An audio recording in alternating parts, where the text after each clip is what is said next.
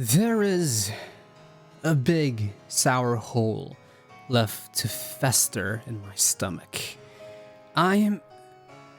Oh God.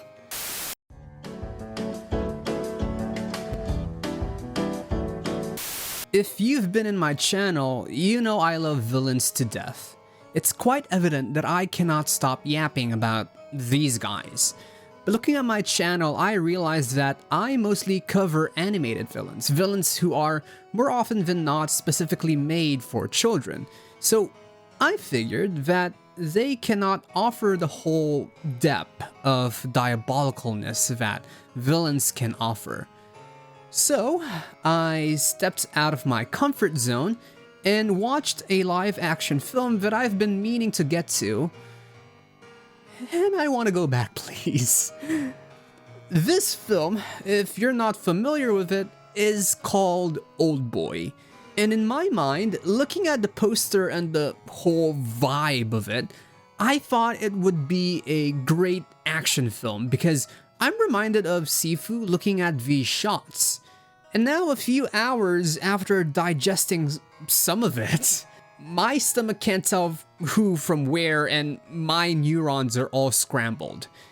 It's a traumatizing movie.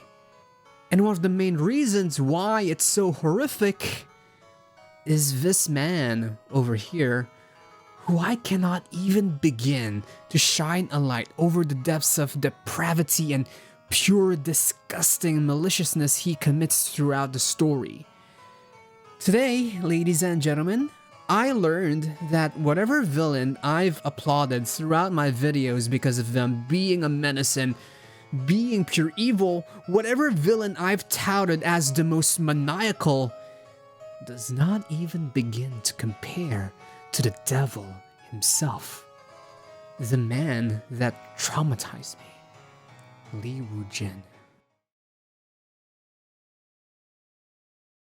This movie, for the most part, is a mystery thriller. And the biggest mystery in the beginning is first, why is Odesu... First off, I'm gonna be butchering most of these names, okay? So first, why is Odesu, our POV character, trapped in a room? And second, who put him there? Of course, if you're watching this, you already know it's this sick, twisted bastard here, but being shrouded in mystery, it adds to the intrigue to the villain. It tickles that primal part of our brain that goes, ooh, and makes the character more interesting as a result.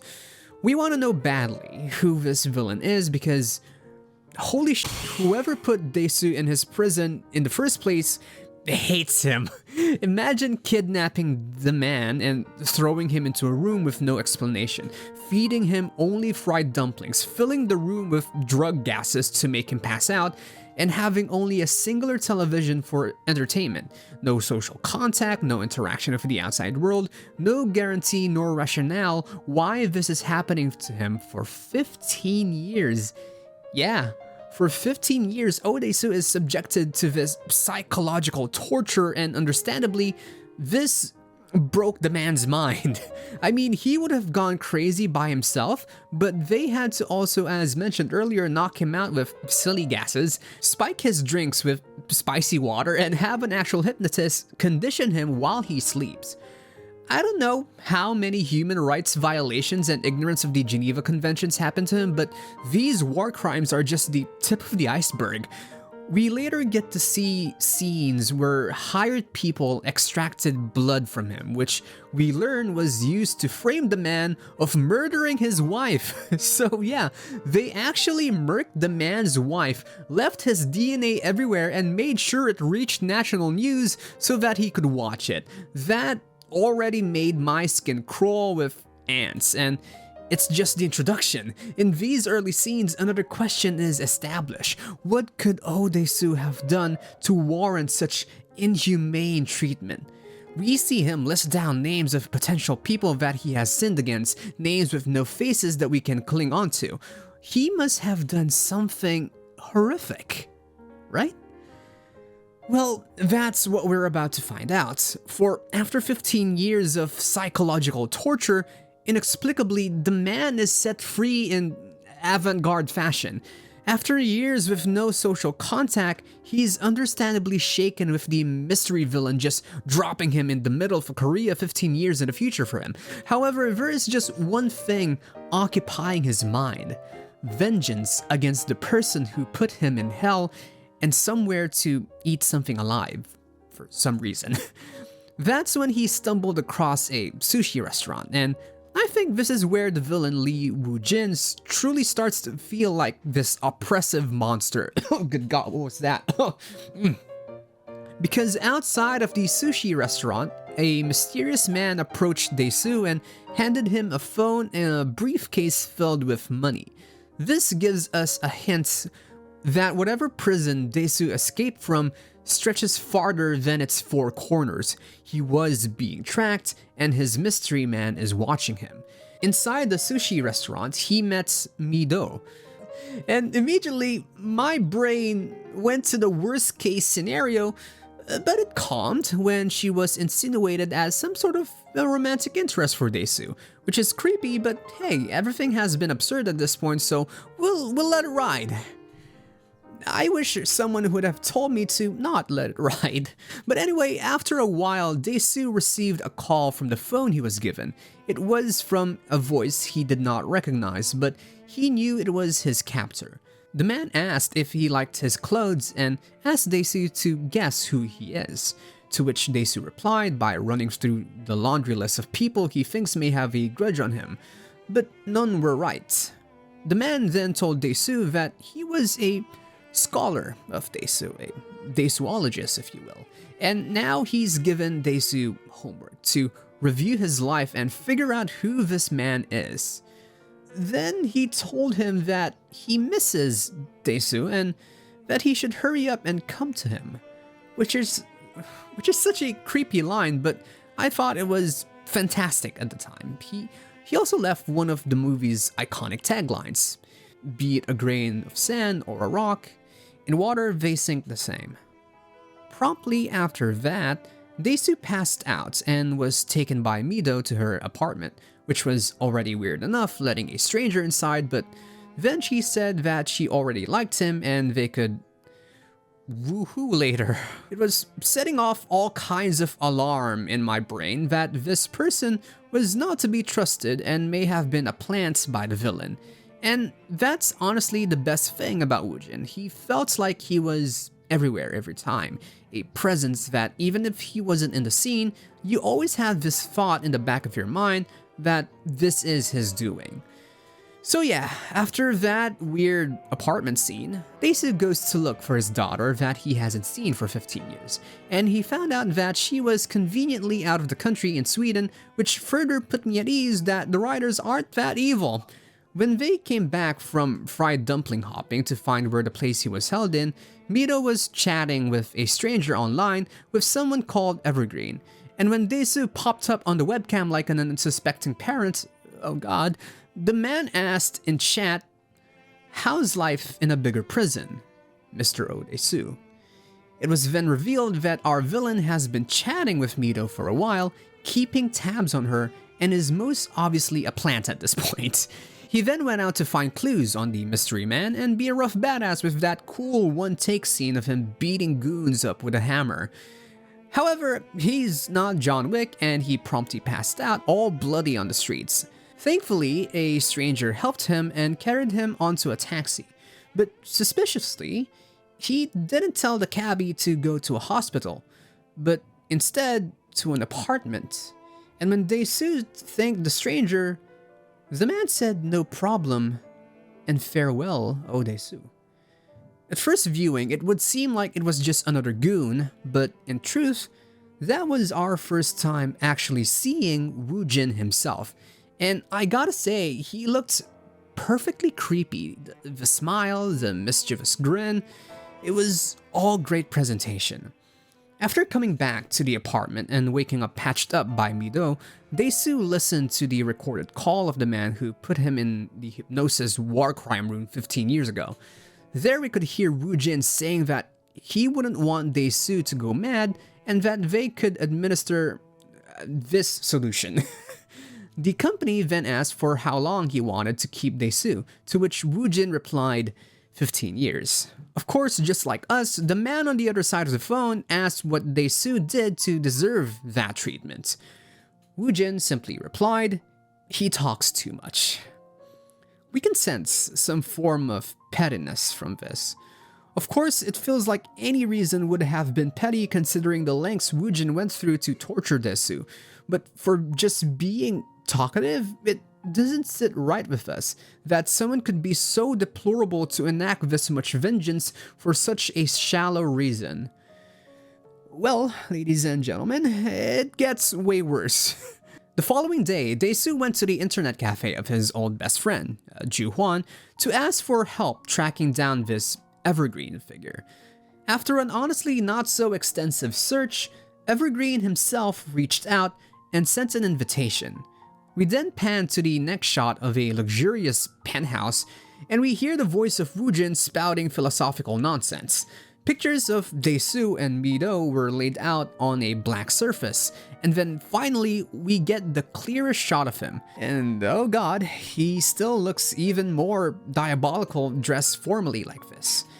After that, Dae-soo gets violent on Mi-do and finally becomes suspicious of her, asking if she had anything to do with the Evergreen figure.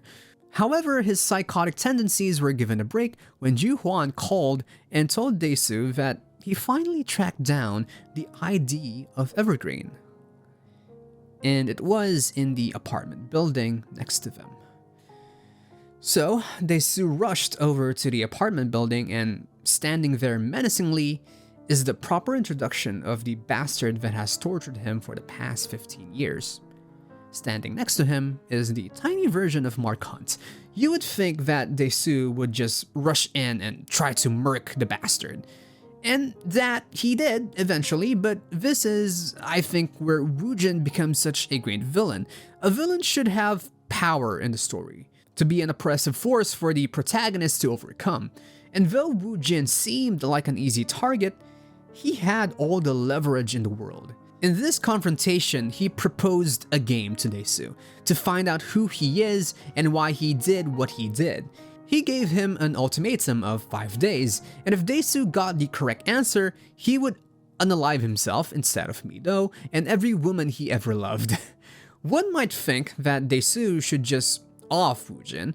However, for 15 years, he has wondered every single day of his life the two questions. If he eliminated him now, those questions will never be answered and he would forever live with them, in a way giving Woo Jin the victory for staying in his mind indefinitely. Now, rationally, Dae-soo would just perform an 1800s dental extraction to pry the answers out of him. However, Woo Jin claimed that he had a heart operation and now he has the Iron Man heart with a clicker that would instantly end him. If Dae-soo tried to do anything nefarious, he would just log off the game. And I think this is such a brilliant way of handling power, to further torture Dae-soo and play with him because he really can't do anything but to go along with Woo Jin's game, to give him the peace of mind and to further satisfy his need for vengeance. As Woo Jin put it, vengeance is healthy. It gives him purpose. I mean, it certainly gave him one. And just like that, Woo Jin left the room without as much as an objection by Dae-soo, a sign of an overwhelming villain. He then popped back in casually to imply that Mi-do was in danger, which she was, held captive by Mr. Goldtooth here and his goons as some sort of revenge against Dae-soo. It was implied that Woo Jin had nothing to do with the attack, as he then called it off and offered big bucks to the goons to leave them alone, which they did, with some objections. And here, my friends, in this section, I will try my best to not vomit my stomach out, but after Dae-soo and Mi-do escaped their compromised apartment, a scene of Woo Jin getting an ECG or something is shown, and he asked Mark Han over here if he thinks they are already in love, all teary-eyed. Then we pan to the... oh god. Whew. Then we pan to this over here, which I will put my dumb face over for monetization reasons. and we get an uncomfortably long woohoo scene between Daesu and Mido. They sleep together, peacefully, mind you. And Woo Jin, the diabolical appears in their room looking like a member of the Toxic 10, spraying the same sleep-inducing gas Daesu has inhaled for 15 years, then laid down next to the two. If this isn't big menace energy, I don't know what is. Then, as further psychological warfare, the man left a purple gift box for them containing the hand of Mr. Goldteeth, subtly saying that he was there and letting them know that they are bugged. This, of course, alarmed the two, and they had the bug removed, letting them move around freely finally. They then tracked down the meaning of Evergreen, which led them to Sangnok High School, I hope I'm pronouncing it correctly, a school that Daesu, Juhwan, and apparently Woo Jin attended. Wow, that is... Ooh, I butchered so many names in succession. On the phone, Daesu asked if Juhwan knew Woo Jin, which he did not, and then something caught his eye. Someone named Lee Soo-ah, a batchmate of theirs, and what was off about her was that her pictures were all cut out, and apparently she died back then, drowned in a river. So Daesu asked for more information about her, to which Juhwan described her as the S-word, saying that she slept around with a lot of guys even though she looks innocent and yeah, it's dark. Unbeknownst to them, Woo Jin was in the internet cafe listening in on their conversation because, well, he had no choice. The bug was removed and, well, he then promptly unalives Juhwan while he's still on the call, telling them that his sister was no sleeper around her. The pieces are finally falling into place, so we get to know somewhat the object of Woo Jin's motive. It was around her sister, and somehow Daesu is part of the reason why she's gone. So yeah, Woo Jin eliminated Juhwan out of anger, and this set off Daesu even more. I loved the scene that followed where Daesu was screaming in the car all angry, and this nefarious bastard is just doing yoga.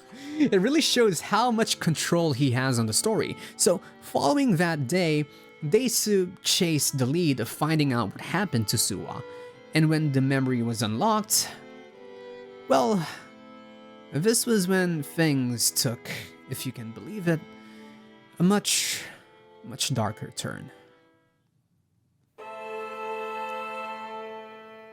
We learn that Daesu actually interacted with Suwa before, though he didn't really know her name. On that day when Daesu was supposed to transfer out of the school, he caught Suwa in an empty room with a guy, taking provocative pictures of her and doing the dirty deeds.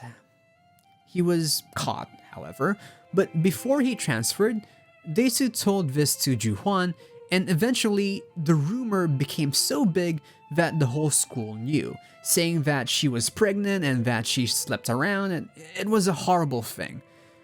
The thing is, though, the guy that she was with in the abandoned room was Woo Jin, her brother, the nefarious bastard himself. And Daesu came to the conclusion that because of this rumor, a rumor that he started, Woo Jin had unalived his sister, and that is the reason for his vengeance. With this answer, Daesu came to Woo Jin's company, trying to figure out the passcode for his penthouse and the elevator. But, well, he couldn't, so with the big black Air Force energy, Woo Jin and Han the knockout artist got inside the elevator with him, and if he were just a normal villain, I would have loved that scene. But knowing what I know now, I don't know what to feel other than being terrified. Then when they reached the penthouse, Woo Jin ordered for his bodyguard to attack Daesu, and we all know that they'll be dispatched easily. But then Woo Jin pulled out the biggest menace move I've ever seen. While they were getting eliminated out there, he was casually taking a relaxing shower, and then when Daesu started his protagonist speech, the man stepped out naked and got dressed. So while Daesu was telling him what he found out, Woo Jin was wondering which pants he should wear. Daesu then said how unfair it was to hypnotize him to forget all about it. But Woo Jin said that it was not the hypnotism, but simply Daesu just forgot about it. He then started on his villain monologue saying how Suwa did get pregnant and that it was not his fault, but rather it was because of Daesu's tongue. Daesu then accused the angel Woo Jin here of yeeting his sister off the dam, to which Woo Jin just replied with a scoff and a laugh, and the full explanation and depth of his twisted plan. He then told Daesu that he had been asking the wrong question all this time. It's not who put me in that prison or why did they put me there, but rather why did they release me only after 15 years. He then went on the hypnotic suggestions that he put on Daesu and also Mido. They put in certain words in their minds so that when they are triggered, certain events would happen. The main thing is that they would fall in love with each other and do the woohoo. Now, this was suspicious from the start from our perspective, and it's actually explained here that it was all part of Woo Jin's machinations.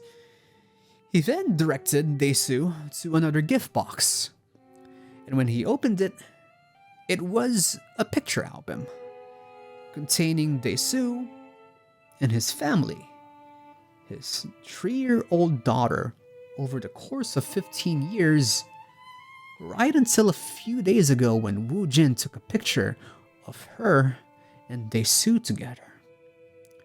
This sick, twisted bastard hypnotized both of them, made an elaborate plan to subvert Daesu and our expectations, and his vengeance was fulfilled. He made Daesu and Mido, father and daughter, do it. It's an evil that I did not expect the writers to go to. Maybe I was just naive. But that very act just made this man such a villain in the purest sense. A revenge so convoluted and petty at the same time, the depravity he was willing to commit for his vengeance. I don't know if I should admire the villainy or just downright be horrified by it. It didn't stop there though. Daesu was obviously mortified and inconsolable, so he charged at Woo Jin but was detained by Mark Hunt. Woo Jin tried to calm the two down, and when he couldn't, he just shot Mr. Han. Though bloodied and broken, Daesu still tried to attack Woo Jin, but then he received a phone call from Mido, whom he left with Mr. Goldteeth, someone he thought was on his side but was actually still working for Woo Jin. Mido told Daesu that there was a purple gift box over there. The same gift Woo Jin gave to Daesu. God. Powerless, Daesu begged Woo Jin to stop Mr. Goldteeth from opening it. He groveled, he turned himself into a dog, and then he cut off his own tongue. All the while, Woo Jin was laughing. His vengeance was finally complete. He had won. So he kneeled down next to Daesu, planning to end it all for both of them because, well, he has nothing to live for anymore. However, he did not go through with it and instead gave Daesu the clicker, giving him the choice of ending his life. And this would have been a poetic end, that even though he would die, he had won. But this is Jinwoo? No, but this is Woo Jin we're talking about. Because when Daesu clicked it, Woo Jin's heart didn't stop.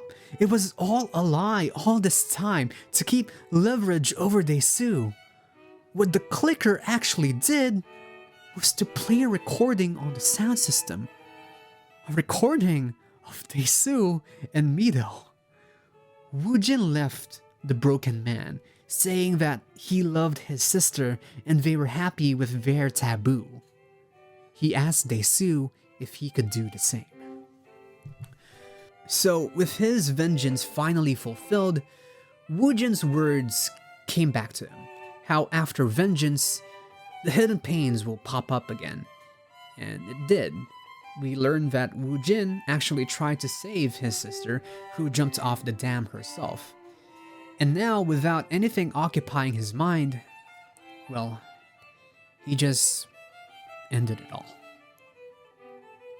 The movie ends with Odesu asking for the hypnotist to erase the memory of him doing it with Mido, and it's ambiguous what the ending shot means, but I subscribe to the theory that what they actually erased was the good part of Odesu, that the monster who still knows the truth is the one that remained.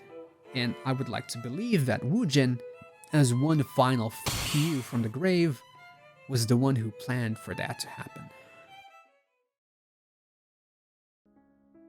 There are more evil villains out there, I'm sure. You guys will tell me in the comments. But this is the kind of evil that makes you sick to the stomach.